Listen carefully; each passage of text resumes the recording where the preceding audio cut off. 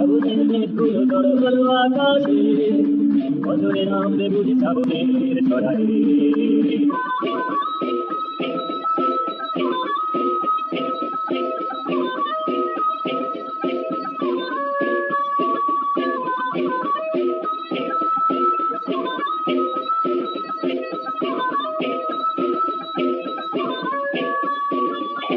কবিতার বই সবে খুলেছি, হিমেল হাওয়ায় মন ভিজেছে, জানালার পাশে থাকা মাধবী বাগান বিলাসী হেনা তুলেছে।